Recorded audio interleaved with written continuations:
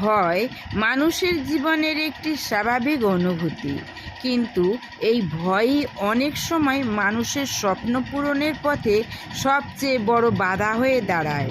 যখন আমরা ভয়কে মনের ভিতর জায়গা দিই, তখন আমরা নিজের শক্তিকে ভুলে যাই।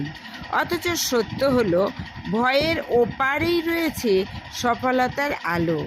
যে মানুষ নিজের ভয়কে সাহস দিয়ে জয় করতে পারে, সেই মানুষই জীবনের বড় কিছু অর্জন করে।